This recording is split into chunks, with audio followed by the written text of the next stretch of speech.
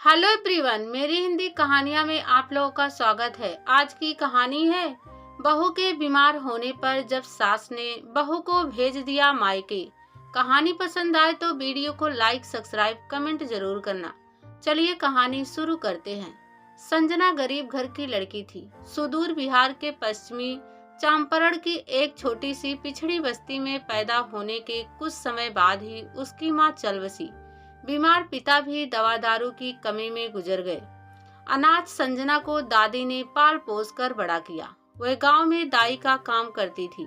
इससे दादी पोती का गुजारा हो जाया करता था। संजना जब 7 साल की हुई तो दादी ने उसे सरकारी स्कूल में पढ़ने भेजा, पर वहां उसका मन नहीं लगा। वह स्कूल से भागकर घर जाया करती थी। दादी ने उसे पढ़ाने की बहुत कोशिश की, पर हठीली पोती को नहीं पढ़ा पाई। संजना अब 16 साल की हो गई। चिकने बाल, सांवली रंगत और बड़ी बड़ी पनीली आंखों में एक विद्रोह सा झलकता हुआ। अब दादी को रातों में नींद नहीं आती थी। संजना के ब्याह की चिंता हर पल उनके दिलो दिमाग पर हावी रहने लगी। कहां से पैसे आएंगे, कैसे ब्याह होगा। जायदाद के नाम पर सिकहरना नदी के किनारे जमीन के छोटे से टुकड़े पर बनी झोपड़ी और शादी के वक्त के कुछ चांदी के जेवरे और सिक्के थी दादी की जिंदगी भर की जमा पूंजी। रात दिन इसी चिंता में घुलकर बुढ़िया की कमर ही झुकने लगी।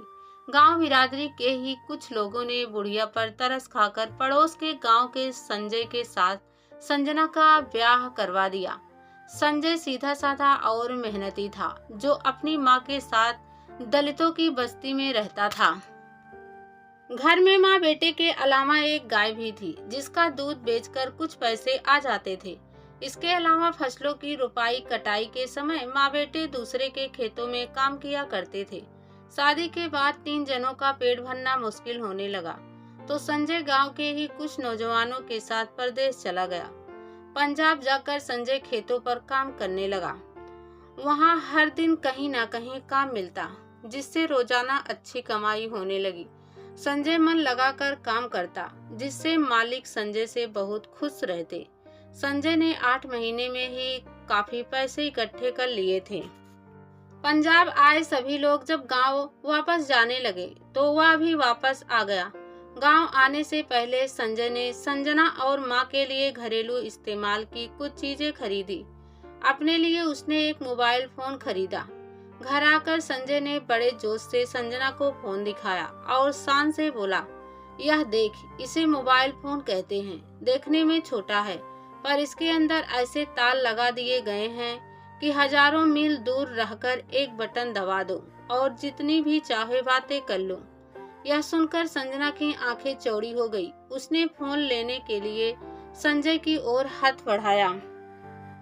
अरे संभाल कर, कहकर संजय ने संजना के हाथों में मोबाइल फोन थमाया। संजना थोड़ी देर उलट पलट कर फोन को देखती रही। फिर उसने संजय से कहा, सुनो, हमें साड़ी जेवर कुछ नहीं चाहिए। तुम जाने से पहले हमें यह फोन देते जाना। वहां जाकर अपने लिए दूसरा फोन खरीद लेना। फिर हम दिन रात फोन पर बात करेंगे। संजय पत्नी संजना के भोलेपन पर जोर से हंस पड़ा। संजना के सिर पर एक प्यार भरी चप्पत लगाते हुए वह बोला, पगली, बातें मुफ्त में नहीं होती, उसमें पैसा भरवाना पड़ता है। इस तरह हंसते बतियाते कई महीने गुजर गए। गांव के साथियों के साथ संजय फिर से वापस काम पर पंजाब जाने की तैयारी करने लगा।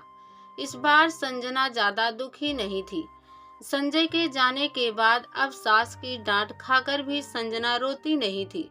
वह मां बनने वाली थी और यह खबर वह संजय को सुनाने के लिए बेचैन थी। वह मोबाइल फोन लेकर किसी कोने में पड़ी रहती और संजय के फोन के आने का इंतजार करती रहती।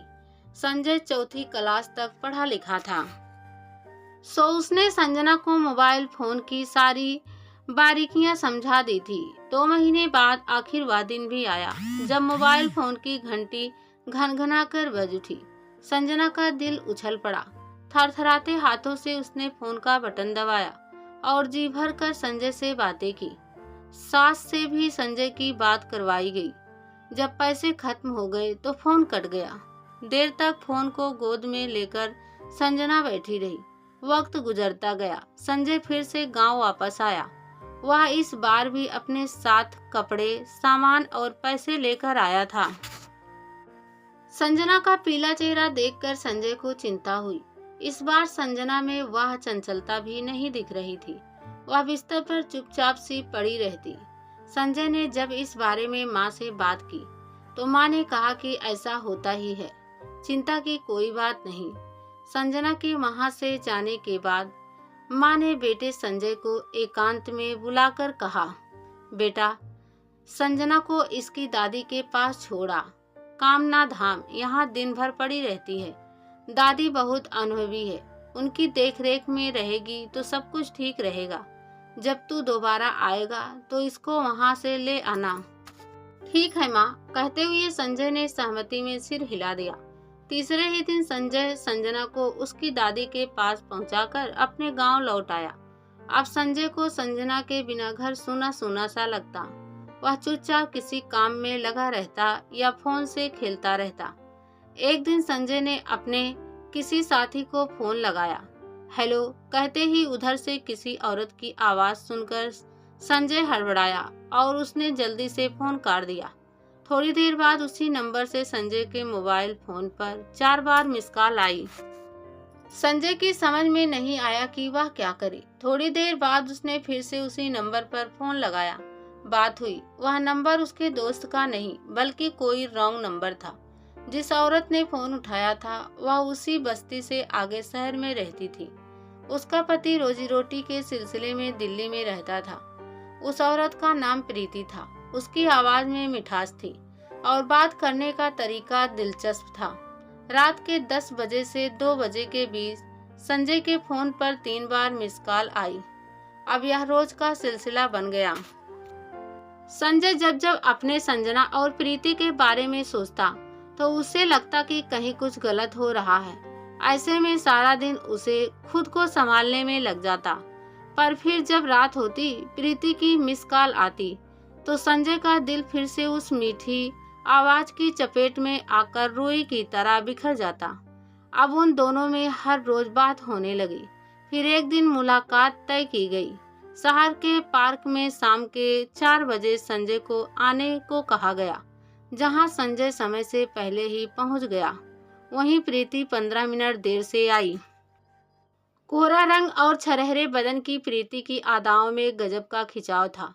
कुर्ती और चूड़ीदार पजामे में वह बेहद खूबसूरत लग रही थी। वह 5वीं जमानत तक पढ़ी लिखी थी। दिन हफ्तों में और हफ्ते महीनों में बदलते चले गए। संजना एक बेटी की मां बन गई और इधर संजय के गांव के साथी फिर से काम पर लौटने की तैयारी करने लगे। परदेश जाने से पहले मां ने संजय से संजना और बच्ची को देख आने को कहा। संजय 5 से 6 दिनों के लिए ससुराल पहुंचा। संजना का पीला और बीमार चेहरा देखकर संजय के मन में एक ऊब सी हुई। काली और मरियल सी बच्ची को देखकर उसका मन बैठ सा गया।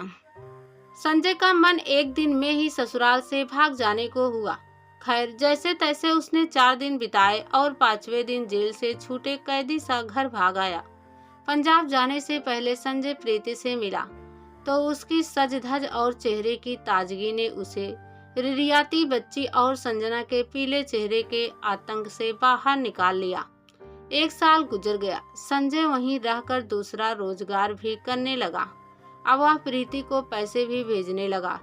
इधर संजना के सास से संजना की नहीं पड़ती थी। इसी कारण वह मायके में ही पड़ी रही। उम्र बढ़ने के साथ साथ संजना की दादी का शरीर ज्यादा काम करने में नाकाम हो रहा है। अपना और बेटी का पेट भरने के लिए संजना ने बस्ती से आगे 2 से 3 घरों में घरेलू काम करना शुरू कर दिया। बच्ची जन्ने से टूटा जिस्म और उचित खान पान की कमी में वह दिनों दिन कमजोर और चिड़चिड़ी होने लगी। इधर तकरीबन 1 साल से भी ज्यादा समय बाद संजय जब वापस घर आया तो आते ही प्रीति से मिलने चल पड़ा। ना तो उसने संजना की खबर ली, ना ही माँ ने उसे संजना को घर लाने को कहा। अब प्रीति भी उससे मिलने बस्ती की ओर चली आती, कभी बस्ती के बाहर वाले स्कूल में, कभी खेतों के पीछे, तो कभी कहीं और। मुलाकातों का सिलसिला जारी रहा। पोती की हालत और अपनी बढ़ती उम्र को देखते हुए संजना की दादी ने संजय की मां के पास बहू को लिवा लाने के लिए कई संदेश भिजवाए। आखिर में मां के कहने पर संजय संजना को लिवाने ससुराल पहुंचा।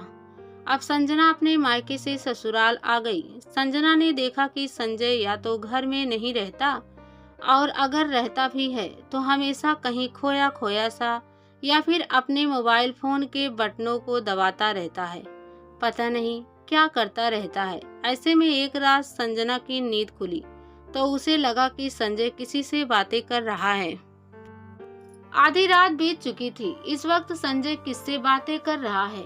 बातों का सिलसिला लंबा चला। संजना दीवार से कान लगाकर सुनने की कोशिश करने लगी, पर उसकी समझ में ज्यादा कुछ नहीं आ सका। दूसरे दिन संजना मौका पाकर संजय का फोन लेकर बगल वाले रतन काका के पोते, जो छठी जवानत में पढ़ता था, के पास गई और उसे सारे मैसेज पढ़कर सुनाने को कहा। मैसेज सुनकर संजना गुस्से से सुलग उठी।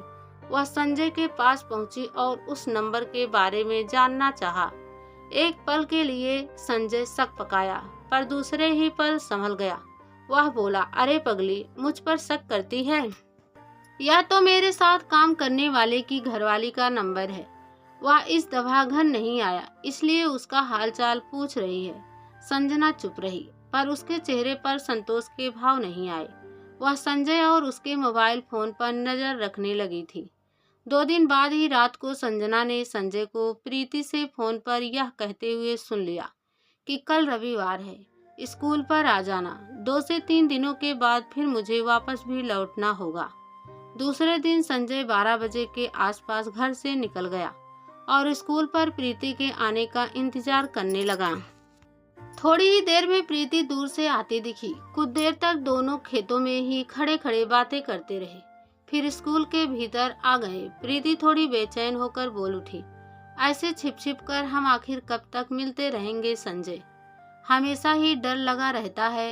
अब मैं तुम्हारे साथ ही रहना चाहती हूँ। संजय प्यार से बोला, मैं भी तो यही सोचता हूँ, बस महीने भर रुक जाओ। दोस्तों के साथ तुम्हें नहीं रख सकता। इस बार जाते ही कोई अलग कमरा लूंगा, फिर आकर तुम्हें ले जाऊंगा। उसके बाद छिप छिप कर मिलने की कोई जरूरत नहीं होगी। प्रीति ने कहा, और तुम जो यहाँ आकर 3-3 महीने तक रुकते हो, उस वक्त मैं क्या करूँगी? परदेश में कैसे अकेली रहूंगी और अपना घर कैसे चलाऊंगी? संजय बोला, अरे 3-3 महीने तो मैं यहाँ तुम्हारे खातिर पड़ा रहता हूँ। जब मेरी प्रीतु मेरे पास होगी तो मुझे यहाँ आने की जरूरत ही क्यों पड़ेगी? यहाँ कभी कभार खर्च के पैसे भेज दिया करूँगा, बाकी जो भी कमाऊंगा वह सब तुम्हारा। प्रीति ने बड़ी अदा से पूछा, अच्छा तुम कितने पैसे कमा लेते हो कि वहाँ भी घर चलाओगे, यहाँ भी भेजोगे? संजय ने थोड़ा इतरा कर कहा, इतना तो कमा ही लेता हूँ कि 2 घर आराम से चला लूं। कहते हुए संजय ने जैकेट उतारकर अपनी दोनों बाहें किसी बॉडी बिल्डर के अंदाज में ऊपर उठाकर दिखाई। प्रीति ने आंखें झुकाकर मुंह फेर लिया। संजय की मजबूत हथेलियों ने प्रीति को कमर से थामकर अपने करीब कर लिया और उस प्यारे चेहरे से बालों को हटाते हुए आगे झुका। प्रीति ने आंखें बंद कर ली। उधर टोकरे में गड़ासा रख और पल्लू से चेहरे को ढककर संजना सीधा स्कूल जा पहुंची। गुस्से से जलती आंखों ने दोनों को एक साथ ही देख लिया। फुफकारती हुई संजना ने प्रीति के ऊपर गड़ासा फेंका, जो सीधा जाकर संजय को लगा। देखते ही देखते पूरी बस्ती में कोहराम मच गया। जैसे तैसे संजय को अस्पताल पहुंचाया गया। संजना को पुलिस पकड़कर ले गई। प्रीति बड़ी मुश्किल से जान बचाकर वहां से भाग निकली। गर्दन की नस कट जाने से संजय की मौत हो गई। सुनवाई के बाद अदालत ने संजना को उम्र कैद की सजा सुनाई। 1.5 साल की मरियल सी बच्ची को अनाथ बनाकर पेट में एक बच्चे को साथ लेकर संजना हमेशा के लिए जेल की सलाखों के पीछे कैद कर दी गई।